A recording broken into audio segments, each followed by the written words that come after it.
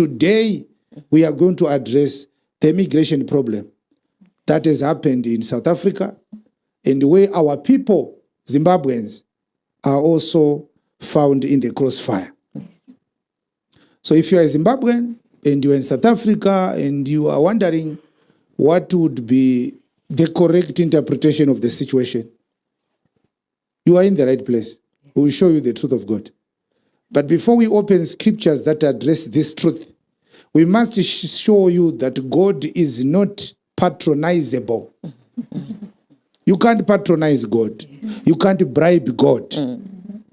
What is God's truth concerning the people, foreign nationals that are in South Africa? I believe that our people, not only in Zimbabwe, but all over the world, we suffer from selective amnesia. There are things we think we should not remember. I think we are willingly forgetting them. And then when we are encountering matters that we feel they are less difficult to tackle, we easily remember them. I would like to call out, most importantly, Zimbabweans who have come out openly to criticize South African citizens for demonstrating their exasperation, for expressing their impatience with the issue of immigrants, African immigrants, which are in South Africa. I want to call out such Zimbabweans. And I want to say, I admire your expertise in displaying hypocrisy with a straight face. That you are capable of going on Twitter, recording videos, say, we condemn, we condemn, we condemn, we condemn. The coordinated condemnation of South African citizens, to me, it's a pure demonstration of selective amnesia and expert hypocrisy on the part of Zimbabweans. Because the reason why Zimbabweans are in South Africa, it is because Zimbabwe was and had become and is still hostile to Zimbabweans. The reason why Zimbabweans are leaving Zimbabwe to go to South Africa is what Zimbabweans should be addressing, and not the behavior of South Africans. So you are selectively forgetting the root cause of illegal immigration. The root cause. Why are Zimbabweans without permits to work in South Africa, insisting on getting jobs without following the due processes according to South African law? Why? Why? Now, tell me that there are people, and I hope someone will address me, even those who think they are educated, more educated than me, I'm willing to engage them. What kind of education is it that you are not willing to address the absence of food in your own house, but you are willing to go and fight with your neighbor over not sharing food with your child equally with his child? There's no food in your house. You can't feed your own children. Your child is eating from the next door. The children from the next door house are not happy because they are no longer having as much food as they used to had your children stayed in your own house. Instead of fighting with your husband why he can't provide food for his own children, you go and insult and cry and demonstrate and threaten the woman from next door. She's giving your children problems when she's dishing out food. Tell me, That is intelligence. And I'll tell you that we are doomed. We are hopeless. And we are cursed.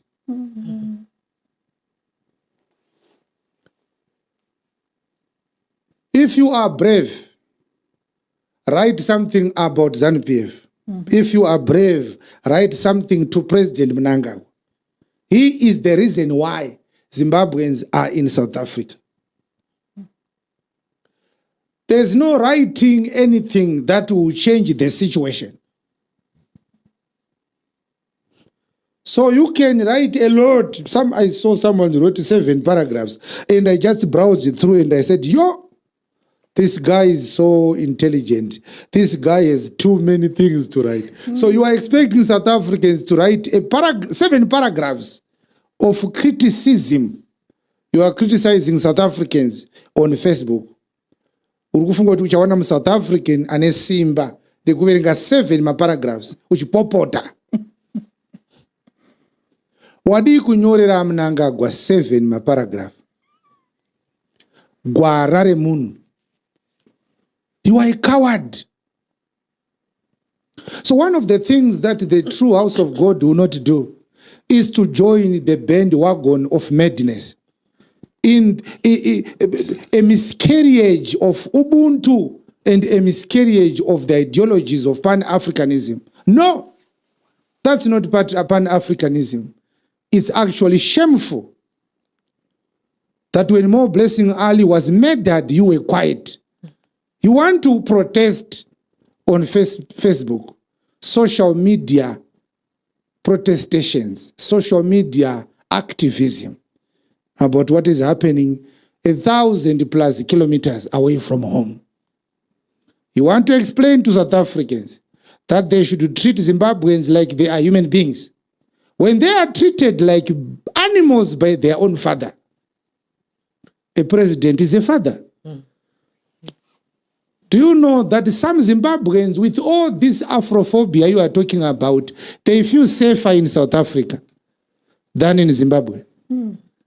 Yes. They would rather do cat and mouse with South Africans than the thought of coming home. Because in Zimbabwe, they are not protesters who march from a distance. You can hear them and you can run away in time. In Zimbabwe, you are taken at midnight by people in black suits with unregistered vehicles, and you will never be found again. That is the reason why Zimbabweans are running away.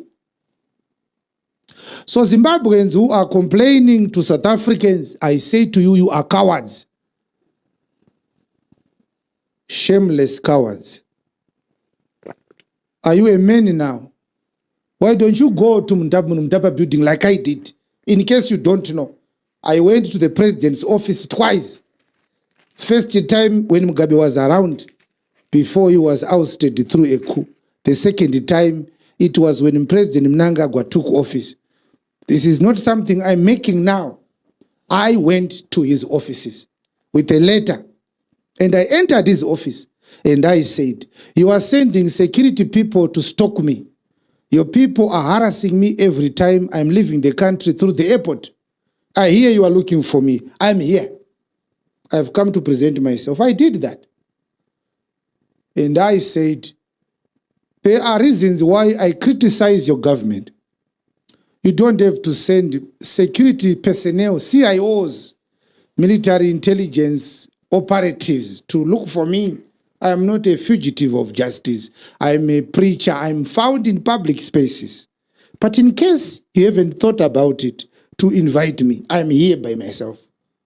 I'm here to tell you that the things I preach about, they are what constitutes the doctrine of God. You say this nation worships the God of heaven. You took office and you took an oath through the Bible. My messages are coming from the very Bible you took an oath using. You are not allowed to kill people. So I wrote this letter to President Mnangagwa. I did not meet with him. I met with him with his private secretary. And she said, I'll give this letter to the president. And I said to her, you can talk to him wherever he is. Tell him the guy is here. One of the reasons why I am here, it is because if you continue stalking me, the fear of who is following me is actually bigger than the fear of death itself, because I'm not afraid of dying. So you are sending 4 or 5 vehicles to follow my cars. The advantage you have now is I'm here. If you want me to put my head on the block, show me the log. You can cut me now. And I have people here, they will carry my body. It's not going to be a problem. We are not afraid of speaking the law of God, the mind of God, giving wise counsel even to politicians, because that is the right thing. We were the only people in Zimbabwe to challenge and to take the government to task over human rights abuses. They tried to kill me twice because of that. And here, I have a list of people that were murdered on 1 August 2018, soon after the elections. They were shot by the military. The current vice president was the commander of the defense forces, which means these people were murdered at his command. Sylvia Maposa, Ishmael Kumire, Gavin Dean Charles, James Chikandira, Brian Joao, Challenge Tauro. These are the people who were murdered on 1 August by the army. President Mnangagwa constituted the Motlanthe Commission. And the Motlanthe Commission, after months of hearing testimonies from different people, released a report. In that report, the Motlanthe Commission said the army killed these people.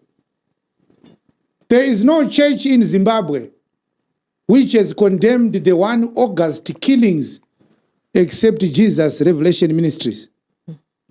We are the only people who openly challenged it, and we said, we are not sheep on the slaughter. The government cannot kill its own people. That is not governance. Until today, President Mnangagwa has not issued a public apology. Neither has Vice President Chiwenga, who was the CDF, the commander of the defense forces at that time. Because of these speeches, they tried to kill me twice. And through the assassination attempts, I lost my wife. Got seriously injured, have gone through 9 surgeries to date because of my open speech against barbarism, abuse of power, the militarization of the public service, the abuse of state resources, and the constant disappearance of opposition politicians in Zimbabwe. Among other things, among other people, this is another list of the people murdered in Zimbabwe by the state. Tichaona Chiminya, Talent Mabika, Tondera Indira, Itai Dzamara, More Blessing Ali, Bishop Tafumane, Archford Shipio, Ngoni Knight, Gibbs Chironga, Tapiwa Mganda, Tabita Marume, Dadirai Chipiro, Hama Madamombe, Beta Chokururama, Kenny Nyeve, Godfrey Kauzani, Alex Chisiri, Tapiwa Meda, Joseph Muzuramende, Godfrey Jemeze, Wilson Emmanuel, Fish Ride-Off. I think they forgot to put Mbonenwe. These are some of the people murdered by the state in Zimbabwe. They hunted me for months, and they tried to kill me many times until I had to leave my own country. Hopping from one country to another as I'm doing now, not because of anything. I was never looking for a job. I don't need a job. I've got my own businesses and I'm a preacher of the word. No one can employ me right now. Even if I was going to look for a job, no one can pay me the money that I would need for a salary. The reason why we are speaking like this, it is because Zimbabwe is unsafe for its people. I had employees when I was in Zimbabwe that I was paying in my business. I had to shut down some of my business operations because it wasn't viable to run it from outside the country. Those people are now jobless. They lived on my money that I was paying them because we were doing business with them. They were employees. Now, if you want to help Zimbabweans, Would you fight with South Africans who are saying their home is not in order and you are not making things better? Go home. Or you'd rather talk to your own father and say, stop harassing your children. People who say you are not doing well, they don't need to die just to prove them wrong. You understand? Yes. If we say the president is abusing power, he doesn't have to kill us to prove that he's not abusing power. He simply needs to prove us wrong by doing things right. It is not a crime to criticize your president. South Africans criticize their president all the time, and they don't find their lives under any threat. Our government is barbaric, and our government is too authoritarian. So, the Jews in Exodus chapter 3 are in trouble. If you read Exodus chapter 1, they were being abused by Egyptians. And what happens is that the Jews prayed and cried to God. And God spoke to Moses. And he said what in verse 7? And the Lord said, I have surely seen the affliction of my people, which are in Egypt, and have heard in their cry by reason of their taskmasters. For I know their sorrows, and I am come down to deliver them. Verse number 7 again. And the Lord said, I have surely seen the affliction of my people which are in Egypt. So the Jews were in a foreign land. Mm-hmm. The Jews were Hebrews. Yes. Their own country was Israel, the land of Canaan. Mm-hmm. But now they are in Egypt. Yes. And the Egyptians started abusing the Hebrews. Mm-hmm. And what did the Jews do? And they've heard their cry by reason of their taskmasters, for I know their sorrows. So the Jews cried to God. Mm-hmm. And the Jews were full of sorrows. Yes. Let us see if God sent people to criticize Egyptians on social media. Tell Egyptians to have the spirit of Ubuntu, Pan-Egyptianism or Pan-Africanism, whatever you want to call it. I told you I'm here to tell you the truth of God now. Yes. These are foreigners in a foreign land. Yes. They feel that they are not treated well. Like Zimbabweans, yes. like Nigerians, like Ghanaians, like the Congolese. Yes. We are being abused by South Africans. We are treated as foreigners. You are foreigners. Don't confuse the two. You are foreigners. Yes. You cannot say borders are a colonial construct. The 1884 Berlin Conference construct only when it suits you. Zvekuti mabhodha akabva kuvarungu ngazvirege kungozoshanda bedzi kana makuda kugara munyika musiri menyu. All right. We told you we don't need people with selective amnesia. These borders, you are saying they are a colonial construct. They work for you. You love them. They gave you power to call these minerals your own minerals. You say gold is ours. Diamonds are ours. You are using the borders. So the borders are important when you are corrupt and stealing state resources for a personal gain. But when you want to stay in another country where you are now unwelcome, you say Africa had no borders before the Berlin Conference. Selective amnesia, selective application of Pan-Africanism. We are not hypocrites like some of you. If we need to do away with the borders, let's do it once and for all.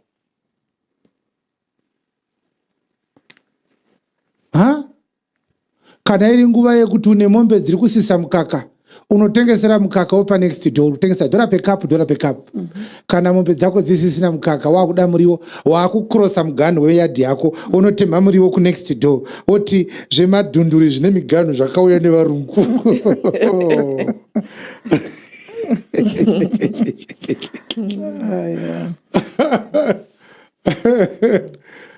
Now, some of these people who claimed to be educated, they are now exposing themselves that education has failed to make them wiser. Yes. Are you a Pan-Africanist now? Huh? Vouya here kwachiadzwa kuma South Africans tichiti zvemabhodha ndezvevarungu. Vouya here kwachiadzwa uku. Vouya here kumazowe kumakombe egoridhe uku.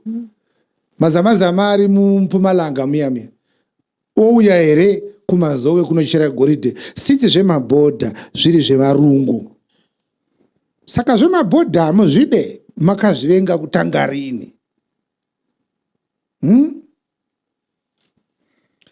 So as you look at the scripture on the screen, Hebrews cried to God because they were afflicted by Egyptian taskmasters. And God says, I know your sorrows. Let's find out if God sent a commission, a human rights commission to Egypt to mend relations between foreigners and locals, stay together peacefully, Pan-Africanism, Pan-Middle Easternism. Verse 8. And I am come down to deliver them out of the land of the Egyptians. To go where? Out of the hand of the Egyptians. Yes. And to bring them up out of that land unto a good land, and a large, unto a land flowing with milk and honey, unto the place of the Canaanites, yes, and the Hittites, yes, and the Amorites, and the Perizzites, and the Hivites, and the Jebusites. Yes. Now therefore, behold, the cry of the children of Israel is come unto me, and I have also seen the oppression wherewith the Egyptians oppressed them. Yes. Come now therefore, and I will send thee unto Pharaoh, that thou mayest bring forth my people, the children of Israel, out of Egypt. Did you hear that? Yes. God never sought peace between the Egyptians, the local citizens, and the Hebrews, the foreigners. Why? Why would God not? It's like God said, well, I don't care that the Egyptians were oppressing you. Because in verse 9, God actually said, the way you are being treated by the Egyptians is not right. The Egyptians are oppressing you. So what we are saying right now does not condone what citizens are doing to foreigners. Because God did not say the Egyptians are doing you well. Well done, Egyptians, for mistreating my children, the Hebrews. No. If that is what you are hearing, I'm not responsible for your inability to understand. I am not your creator. Maybe God will help you. He's the one who made you like that. God did not say, well done to the Egyptians for oppressing my people. He said, I have also seen the oppression by which Egyptians oppress them. But yet, the solution is not to try and reason with the Egyptians. Verse 10 is clear. Come now, therefore, I will send you unto Pharaoh, that you may bring forth my people, the children of Israel, out of Egypt. Out of Egypt. Now, I want you to see the selective amnesia I am talking about. The very people who say borders are a colonial construct, they are saying this in English.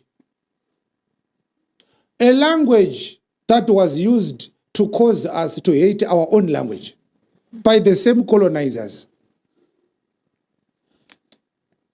We don't even have a language that all Africans can understand one another with. We don't. So you are trying to deconstruct the structures of colonialism. You haven't considered that we might need to start with embracing our own African language. We must be speaking the Swahili language, all of us. That is the mother of all Bantu languages. Pan-Africanism yakwe. Iko kutoti Pan-Africanism. Kune ka Berlin Conference connotation foot.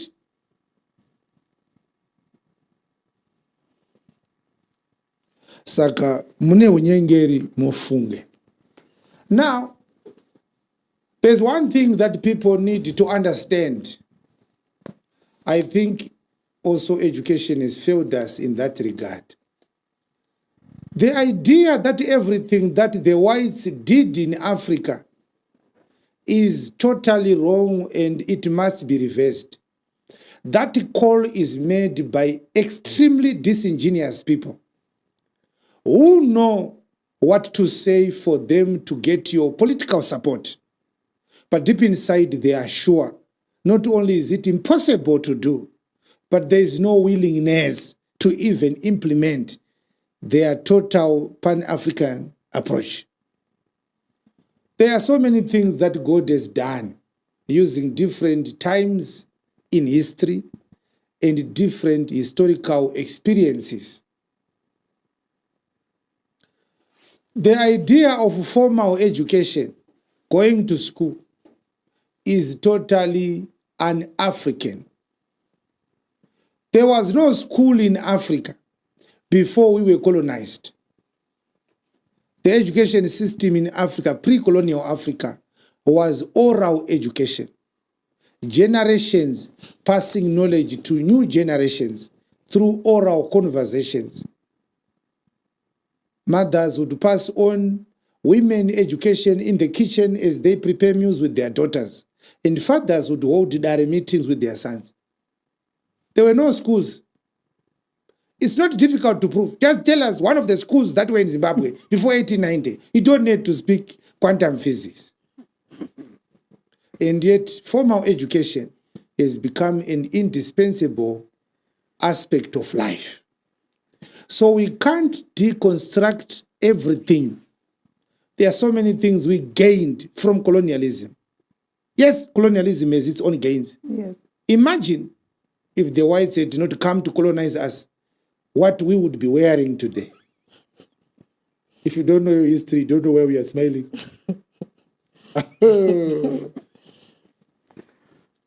Shikadai chingoswera chicherereka zvataita zviya.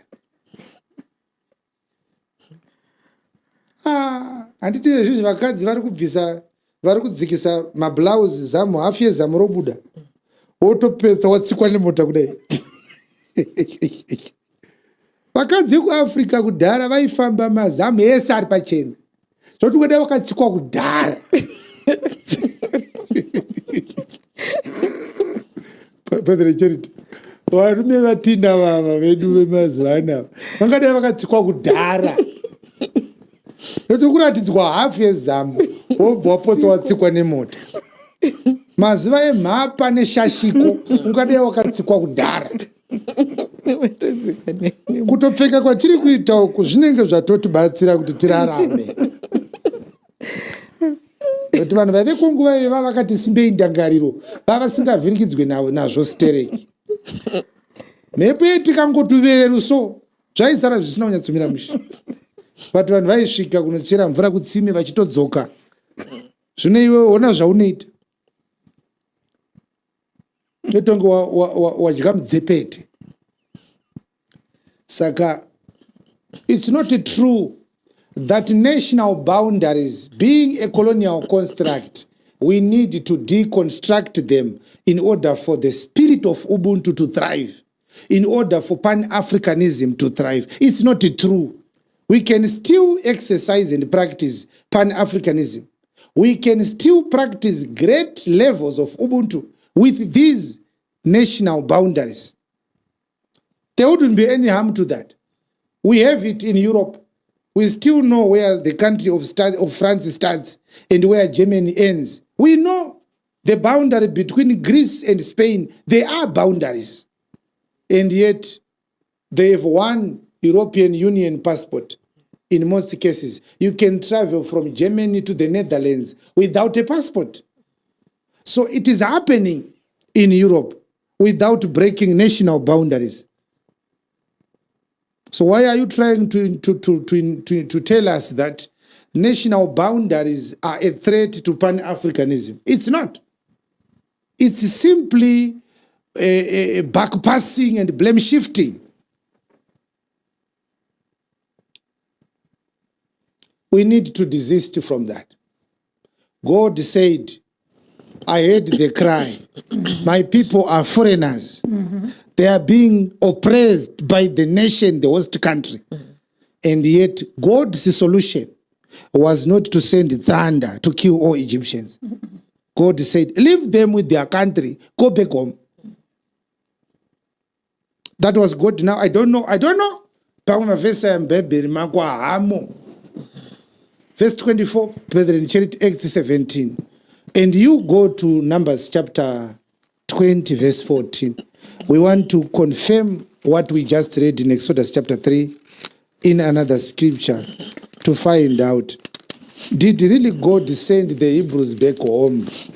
And Moses sent messengers from Kadesh unto the king of Moses sent Edom. messengers to Kadesh to the king of Edom. That says, thy brother Israel, Yes. thou knowest all the travail that has befallen us. Yes. How our fathers went down into Egypt. Yes. And we have dwelt in Egypt a long time. So we have some Zimbabweans who dwelt in South Africa for a long time. We have some Malawians who dwelt in South Africa for a long time. Moses is talking to the king of Edom. They had already left, but they had not yet arrived in their own land. They wanted to pass through the land of Edom. Yes. On their way home. Kutenda kumba kudai. Mwari wokudenga akataurira vaHebheru kuti kana muIjipita musingachagarike handei kumusha. Amene tiri kuzvinzwa here izvo. Mwari ngaidzukuru dzine shona. Mwari akati kana muIjipita vasisakudei endai kumusha. Yes. God said to Moses, tell the Hebrews, you are foreigners in Egypt. If the Egyptians no longer want you there, go home. Yes. That is God for you. I'm seeing Nigerian pastors, this one is prophesying, that one is prophesying, intimidating South African citizens.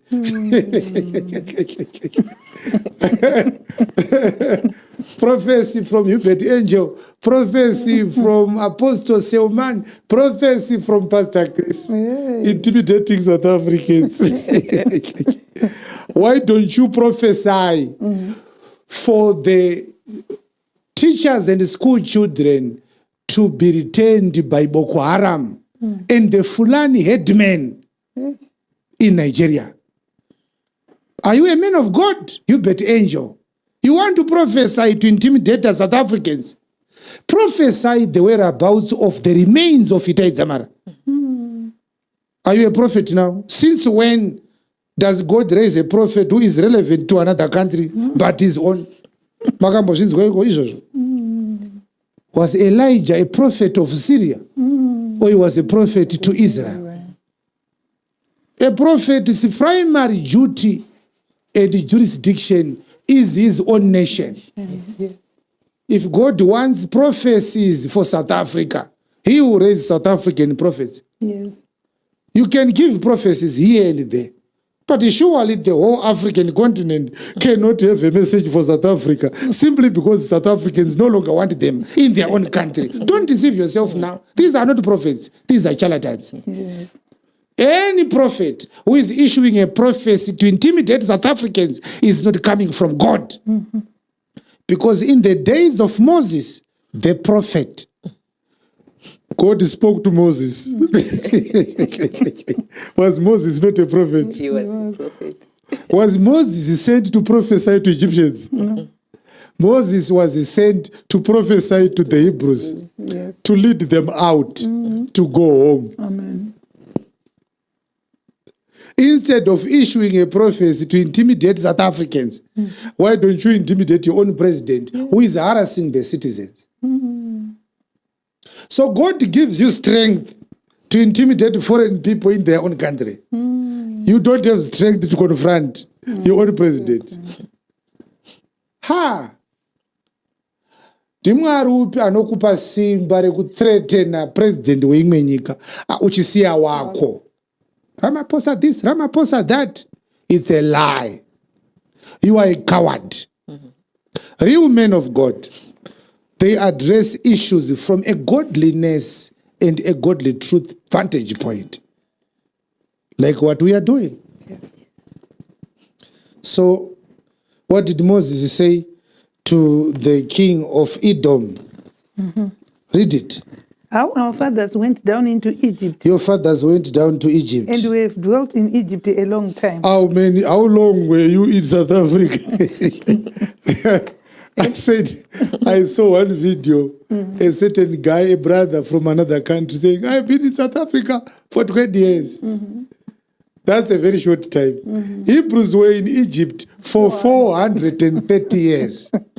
They remained foreigners. Yes. But they don't do that to white people. So you are now the judge. You are going to be the High Court judge in South Africa to preside over the immigration issues of your own people. Saka, inga machaina ari kubatwa zvakanaka muZimbabwe, maZimbabweans achiburwa wani. That South Africans give special treatment to white people and harass black people. It's also happening in Zimbabwe. Zimbabweans are abused by their own government. The same government is protecting Chinese nationals doing business in Zimbabwe. Before you address the South African biases, why don't you address your own Zimbabwean bias? Usati wataura zvema-Africana ari muSouth Africa, wadi kutaura zvema-China ari muZimbabwe.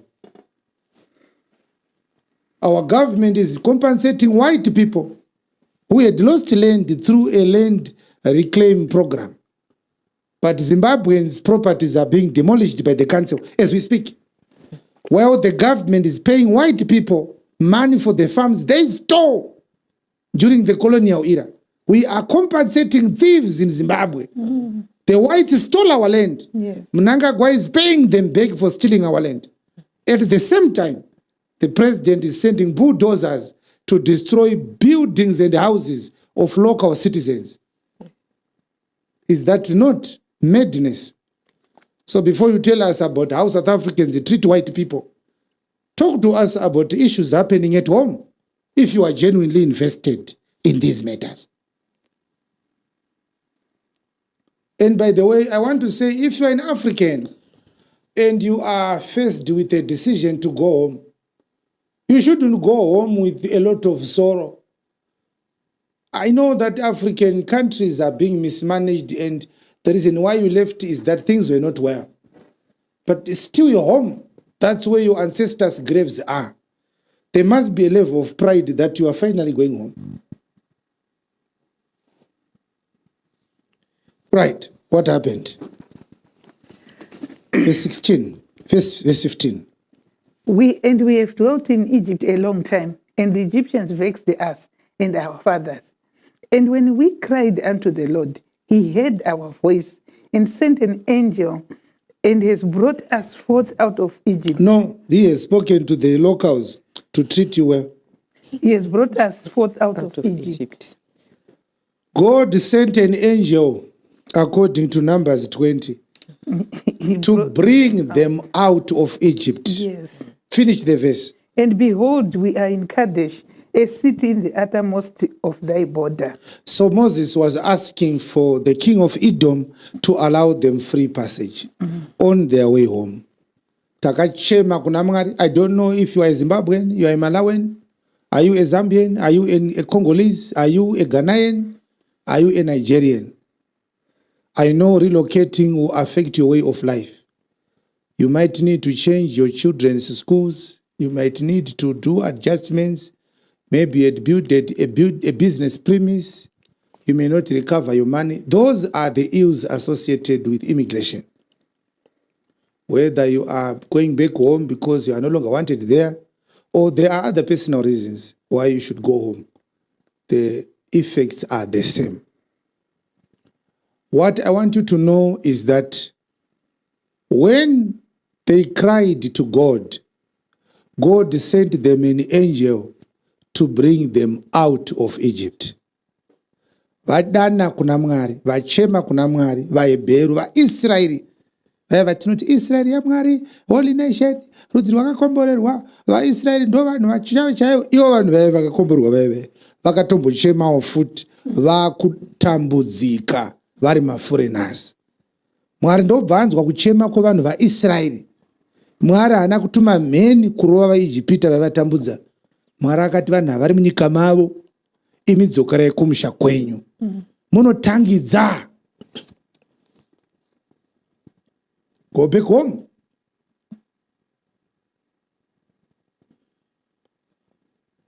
If that is the only choice you have, it is the right choice. We are not saying everybody should go and leave South Africa, no. If you are not illegal and you are doing business well and you are safe, you can continue with what you are doing. We are not here to advise on what you should do. We are simply saying the correct interpretation of the current situation is that anybody who is not in his country should not think that those who are in their own country are wrong when they say we don't want you anymore. No, that's not true. Now, you must understand that Zimbabwe once had an issue of illegal immigration. And we were not very kind to Mozambicans when we bussed them back to Maputo. I was very young those days, but I saw it happening. I still remember the news reported on national television of Mozambican nationals who were forced into buses at Mbare Musika. And they used a very, very condescending approach to determine who is a local and who is a Mozambican. They used the Shona proverbs. I remember another proverb vakashandisirwa yanga iri kuti vakanzi mbwanyoro. Saka vamwe vacho ngori kuMalawi vakugona Shona but vaine accent yekuMalawi. Saka vakanzi mbwanyoro itsumo inopedzeswa ichinzi kudii. Ndobva vakomana vatadza kutaura kuti imbwanyoro ndidzo tsengidza matoo. Zvikanzi inenge yawira mudhamu. Vakanzi pindai mubhazi mudzokere kumusha. So you may forget because of selective amnesia, but we were not kind to Malawians and Mozambicans at some point. I see some Malawians saying Zimbabweans are very kind. Maybe the present day Zimbabweans are very kind. But go back into history and find out how Zimbabwe treated Mozambicans and Malawians in the 1990s. I was very young, but I saw it happening. Taitaura tsumo kuvanhu vatinoziva kuti havagone mutauro wedu. Tichivaisa muzvimagumete, muchiri kuziva zvimagumete zvaimbotakura vasungwa, zvakambotakura vanhu futi zvikanovasiya kubhodha kuForbes border post, zvimwe zvikanovasiya kuNyamapanda, zvimwe zvikavasiya kuMachipanda. Tichitaurira vanhu vatinoziva kuti language yavaitaure, tichitaurira vanhu tsumo, munzivi wenzira yeparuware. So when we become victims, let us not think that our victimhood makes us a saint.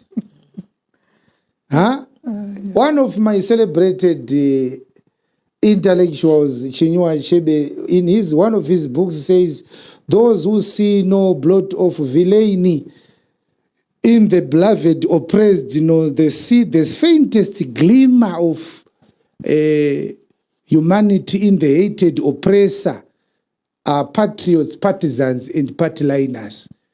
In the great finale of things, there will also be mansions where they will be lodged and received.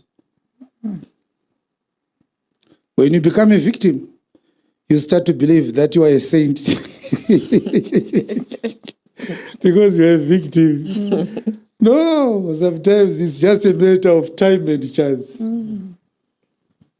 All right. And when I talk like this, I also want you to know that we know that what citizens are doing in South Africa is not a citizen movement that is not supported by the state, unless you don't know how to read political situations. The government of South Africa is silently and privately instigating the ill treatment of immigrants in South Africa.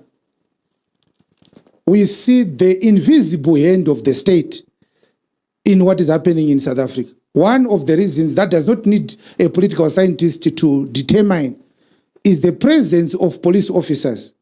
When private citizens are breaking people's doors to demand papers and flushing immigrants out of their houses, a very open and clear violation of constitutional rights, the right to dignity, the right to privacy. You understand? Yeah. Yes. The right to dignity is enshrined in Section 10 of the South African Constitution, and the right to privacy is enshrined in Section 9 of the South African Constitution. Those violations are done in the presence of police officers. That makes the state complicit in the harassment of immigrants. So anybody who believes that this is just a A private citizen operation is extremely naive. But the bottom line remains, there is no solution than for our people to go home when their lives are threatened. They may be doing it privately to try and minimize the fallout with international institutions like the World Health Organizations, the United Nations, the SADC principles, and the AU principles, which South Africa may be a party to. But anybody who sees what is happening on the ground can tell you that the South African government is behind what is happening and what is done by the private citizens. The duty of police officers is to enforce the law. If when the law is broken, they are present, protecting not the victims, but the perpetrators. That means the state has sanctioned what the private citizens are doing. Mm-hmm. The private citizens are doing what the state is afraid of doing in the public. Mm-hmm. But the bottom line is it's their country. You can say, let us have a human rights complaint against South Africa. It won't solve the problem. Now imagine all the governments that have condemned South Africa for what has happened in the past few weeks. Imagine if the government of Ghana and other governments that may have voiced out their concerns, if those people had spoken when ZANU-PF stole elections in Zimbabwe, if those governments had spoken when the only politician who spoke publicly was the now former president of Botswana, former president Seretse Khama, when Zimbabweans were murdered in the streets, African presidents remained quiet. Zimbabweans left their home because they did not want to die. You understand where our selective amnesia is and our lack of ability to articulate our problems progressively and effectively. Between condemning state-sponsored violence in each and every African country where citizens are terrorized by their governments, between doing that and threatening or condemning what President Ramaphosa should have done or should not have done, which one would solve this problem? Solve a problem in the GP. Kuti Ramaphosa ngavataure nevanhu venyika yavo varege kushungurudza maforeigners. Nekutaura Mnangagwa kuti musashungurudze vanhu venyu kuti vazotiza munyika mavo. Zviri nani ndezvipi? Zvinosolve a problem ndezvipi?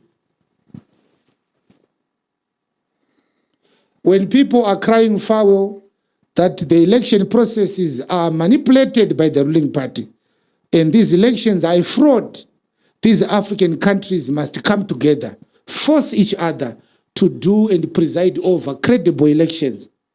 And then they must also force each other to implement policies that cause their nations to grow so that they do not become a basket case that requires citizens to look for greener pastures.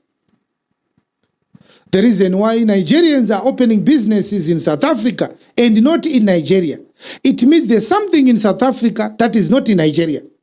Why don't they address it when they meet in Addis Ababa at the African Union headquarters?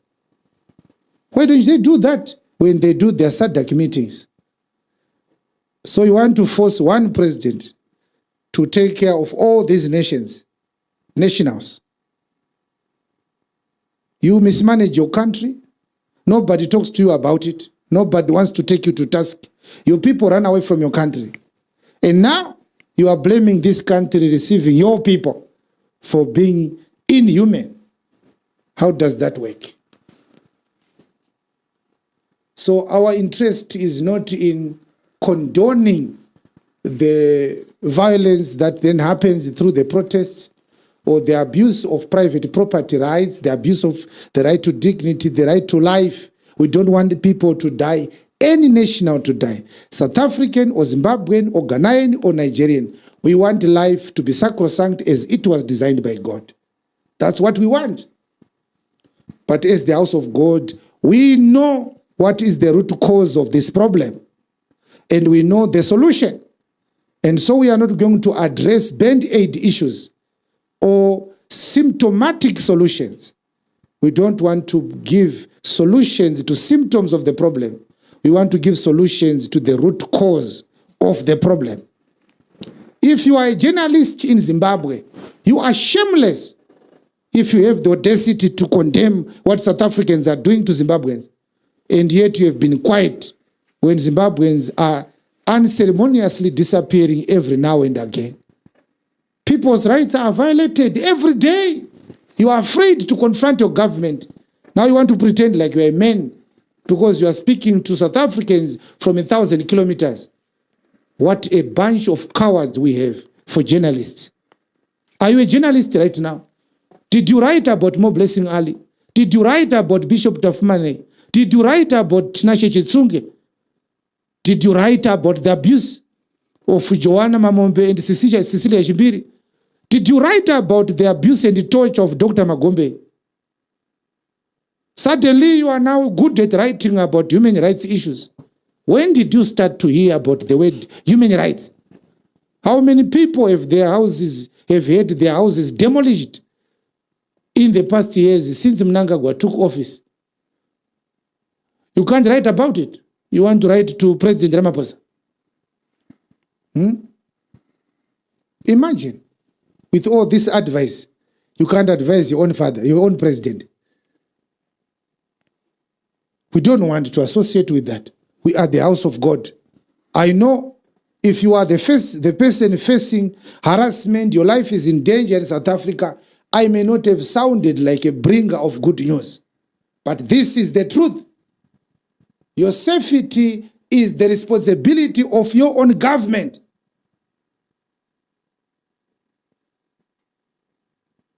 The right thing for you is to go and confront our government so that they can be responsible.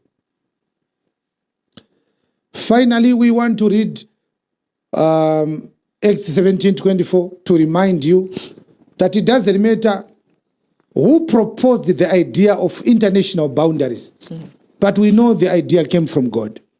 So if you are in Zimbabwe, your boundary is where you should stay within. Don't tell yourself that there are no boundaries. The boundaries were imposed by the Europeans. We love these boundaries. We only pretend to hate them when we are disadvantaged by them. We shouldn't be hypocrites. We should wake up. That is the reason why we went to school, right? Yeah. Yes. Acts 17:24. God that made the world and all things therein. Yes. Seeing that he is Lord of heaven and earth. God is Lord of heaven and earth. Dwelleth not in temples made with hands. Yes. Neither is worshipped with men's hands, as though he needed anything. Seeing he giveth to all life and breath and all things. Yes. And hath made of one blood all nations of men, for to dwell on all the face of the earth. Yes. And hath determined the times before appointed. So God made the nations of men. He made them from Adam one blood. Yes. God wants us to dwell on all the face of the earth. God has determined everybody's lifetime on earth. Yes. What else has God determined? And the bounds of their habitation. Highlight that part. Yes. The boundaries of our life, our territories, our national boundaries, they were a determination of God. That the whites are the ones who came up with this idea. It was because they had already established boundaries in their own countries before us. Right now, you prove your identity with your birth certificate and your national ID. That is not an African idea. Don't pretend that you love African ideas when your life is full of European ideas. Who saw the birth certificate of King Lobengula? Who saw the birth certificate of King of the Rovi State? These are European constructs. We love them. You proudly bring out your national ID, your passport. Now you are claiming they are a colonial construct. Since when? Is it a fault that they became enlightened ahead of us? Imosha ekuti vakachenjera pamberi pedu. Our government always says we thank God for diasporans, for remittance of foreign currency, which is a big contributor to our balance sheet. This is the time for the government of Zimbabwe to say thank you.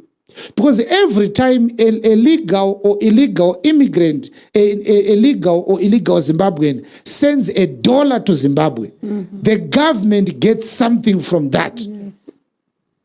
It doesn't matter they had papers or they don't have papers.